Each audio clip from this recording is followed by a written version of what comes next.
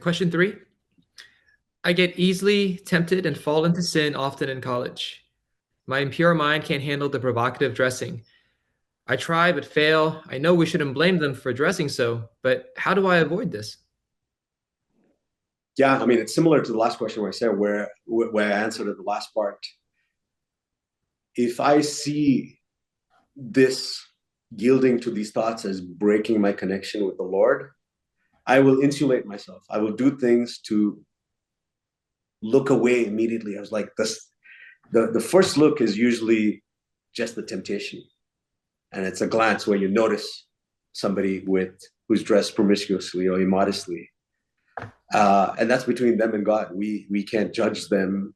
They may not have the light we do. They may be living in the world.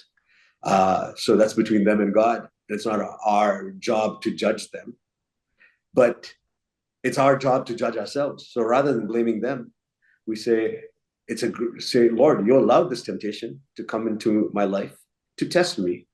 I'm going to pass this temptation by doing what? By not flirting with this temptation, by not let me see if I can handle this temptation. What does the Bible say? 2 Timothy 2:22. It's an easy verse to remember. 2:22. 2 Timothy 2:22.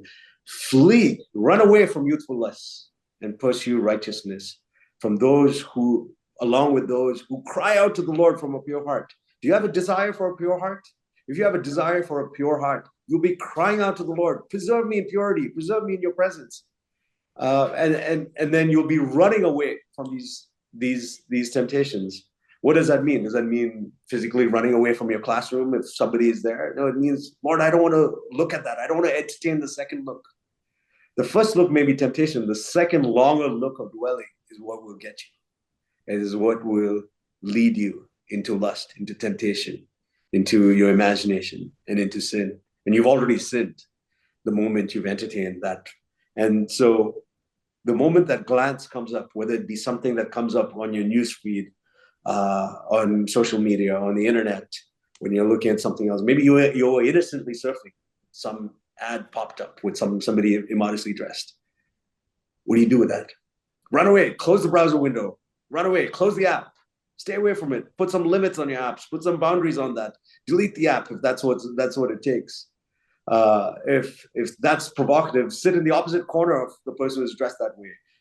When you see the person coming that direction, turn around, turn your back, and run away. That's what it means to flee youthful lust. And I tell you, young brothers and young sisters, the Lord will honor you and will preserve you in His presence if you take it seriously.